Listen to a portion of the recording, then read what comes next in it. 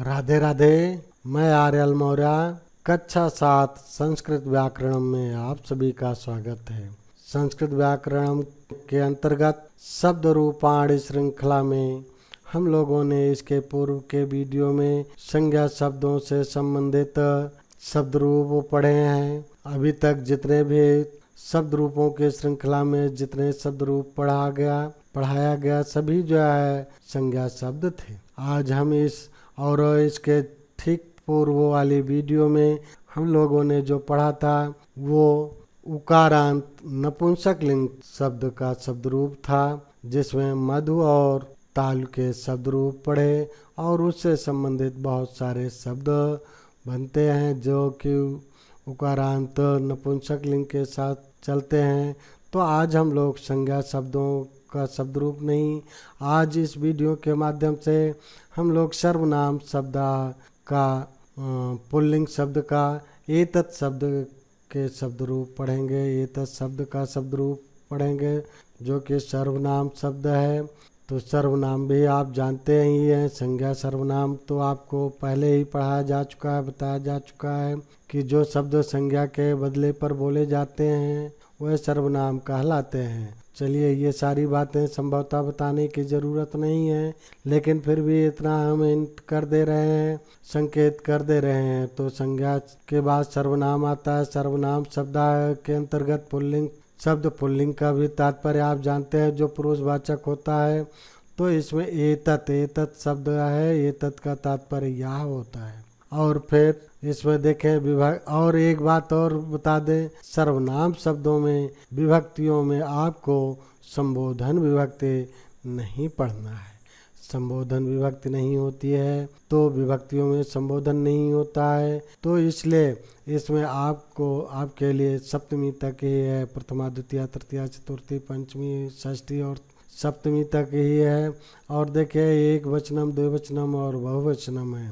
तो अब आगे की ओर हम लोग बढ़ते हैं। तो देखिए इसको हम एक वचनांत पढ़ते हुए चलेंगे और फिर पहले एक वचन के सभी विभक्तियों के शब्दों को पढ़ लेंगे, फिर द्विवचन के सभी विभक्तियों के शब्दों को पढ़ेंगे और फिर बहुवचन के सभी विभक्तियों के शब्दों को पढ़ेंगे और विभक्तियों को हम उंगली पर गिनते चलेंगे जैसे अभी तक गिनते चले आ रहे हैं। तो ये देखिए, प्रथमा एषा, द्वितीया एतम, तृतीया एतेन, चतुर्थी एतस्मै, पंचमी एतस्मात्, षष्ठी एतस्य, सप्तमी एतस्मिन्।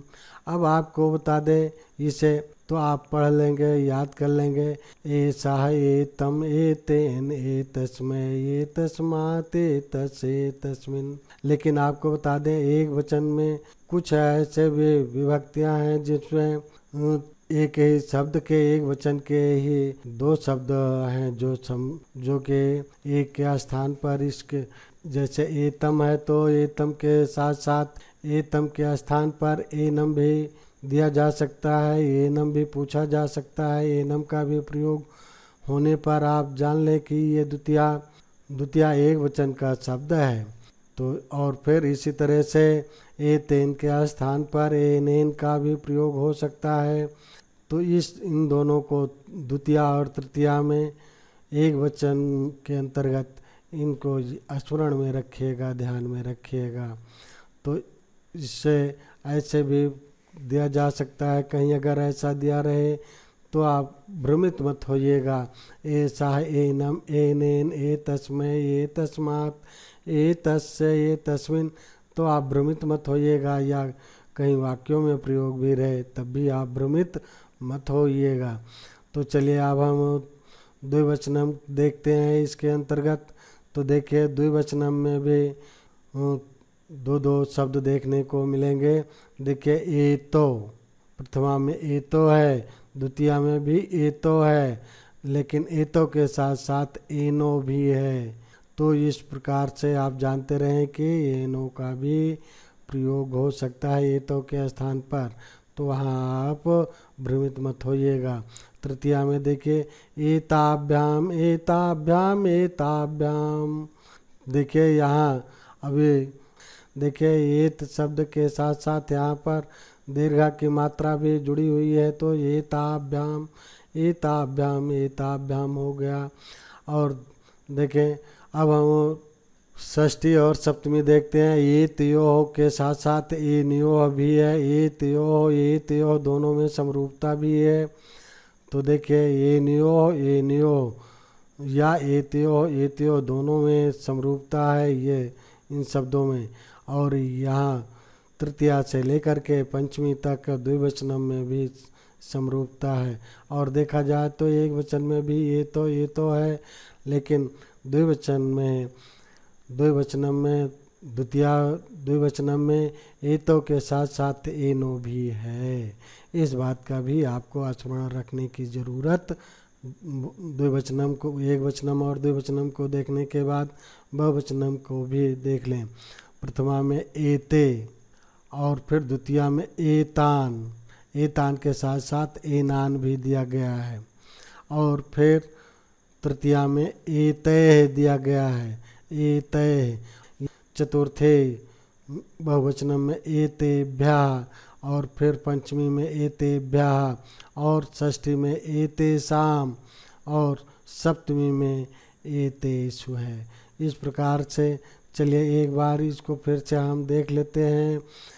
एक वचनम के अंतर्गत देखते हैं। एषः एतम एतेन एतस्मै एतस्मात् एतस्मिन्।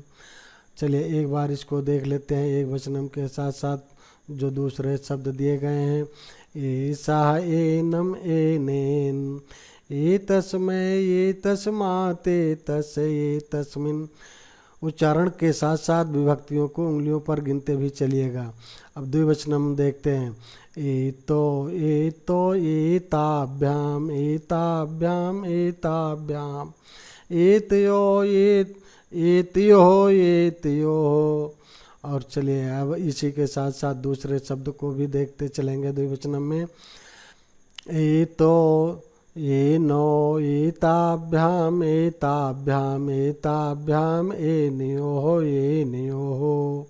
और फिर बहुवचनम देखते हैं। एते एतान एतेभ्यः एतेषाम् एतेषु। चलिए दूसरे शब्दों को देख लेते हैं इसी के साथ साथ। एते एनान एतैः एतेभ्यः एतेषाम् एतेषु। इस प्रकार से इसको कई बार अगर पढ़ेंगे तो बढ़िया से याद भी हो जाएगा, और इसको पढ़ने के बाद आप लिखने का भी प्रयास करेंगे और इसको लिखेंगे तो और उत्तम हो जाएगा, और ये फिर अस्थायी रूप से स्मरण में आ जाएगा। सर्वनाम शब्द वीडियो में आप आखिर तक मेरे साथ बने रहें। निश्चित रूप से ये शब्द रूप बहुत ही आसान हो जाएगा और आप बड़ी आसानी से, बड़ी सरलता से इसे याद कर पाएंगे और हमेशा हमेशा के लिए याद कर पाएंगे। निश्चित रूप से ये मान के चलें कि ये शब्द रूप आपको हमेशा हमेशा के लिए याद हो जाएगा।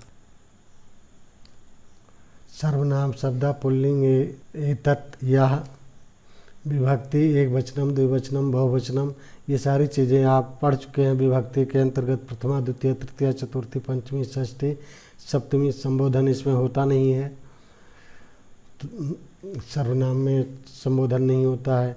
एक वचन के अंतर्गत जो परिवर्तन होते हैं वो देख लीजिए, और द्विवचन के अंतर्गत होने वाले परिवर्तन और बहुवचन के अंतर्गत होने वाले परिवर्तन। फिर एक वचन में देखिए ये तत्व ये तेत सभी में जुड़ते चले जाते हैं। पर प्रथमा एक वचनम में जो है ऐसा हो जाता है, बाकी सब वैसे ही रहता है। ये देखते हैं द्विवचनम में।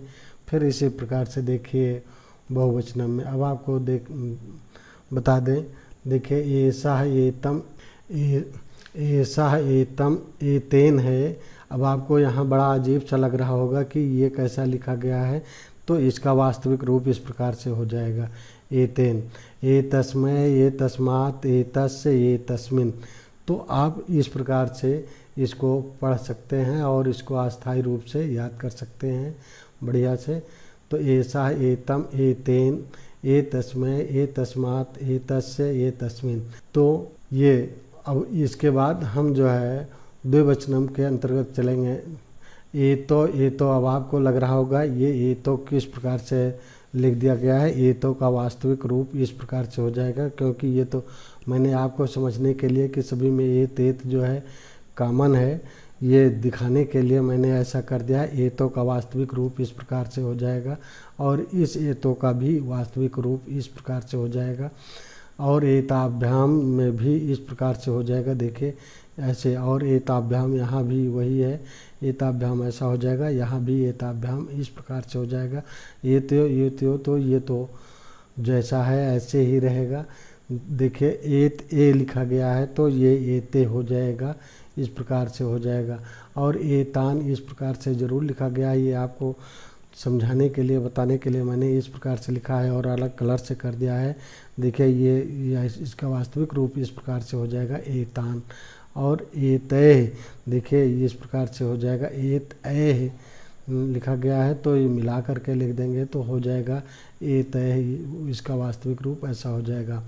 एतेभ्यः इसका वास्तविक रूप इस प्रकार से हो जाएगा, देख लें, और इसका भी इस प्रकार से हो जाएगा और एते शाम का भी ऐसे ही हो जाएगा। इसको आप जब पढ़ें ये एते इसको इस प्रकार से जब आप पढ़ेंगे, इसको याद करेंगे तो निश्चित रूप से आपको बड़ी सरलता होगी और देखने के बाद भी मुझे आशा ही नहीं पूर्ण विश्वास है कि इसको आपको समझने में बड़ी ही सरलता और आसानी हुई होगी और आप इसे अभ्यास करेंगे तो निश्चित रूप से आप सफल होंगे, बड़े आसान नंबर भी आएगा और ये शायद हमेशा के लिए याद भी हो जाए। और बता दें वैसे नपुंसक लिंग में थोड़ा सा ही परिवर्तन होता है, बाकी पुल्लिंग के जैसे ही चलता है। हाँ, बाकी इस वीडियो में अब आपको बता दें इतना ही, बाकी शेष वीडियो में फिर बताएंगे, आगे की वीडियो में फिर बताएंगे जो अन्य बातें हैं। वीडियो को लाइक करें, शेयर करें, चैनल पर नए हैं तो सब्सक्राइब करें। सब्सक्राइब करने के बाद बेल आइकन ज़रूर दबा दें। बेल आइकन दबा देने पर मेरी वीडियो जैसे ही अपलोड होगी उसकी नोटिफिकेशन आपके मोबाइल पर तुरंत पहुंच जाएगी और मेरी वीडियो आप सबसे पहले देख सकेंगे। जय हिंद, जय भारत।